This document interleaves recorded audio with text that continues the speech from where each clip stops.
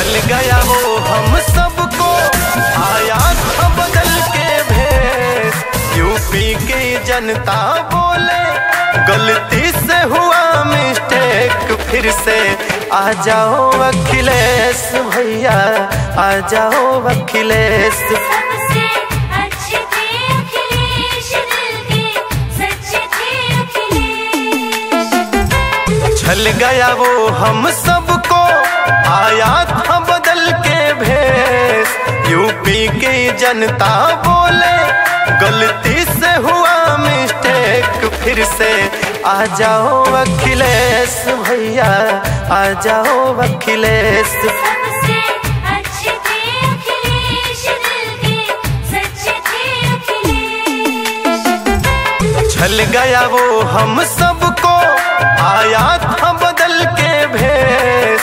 UP की जनता बोले गलती से हुआ मिस्टेक, फिर से आ जाओ अखिलेश भैया, आ जाओ अखिलेश। सबसे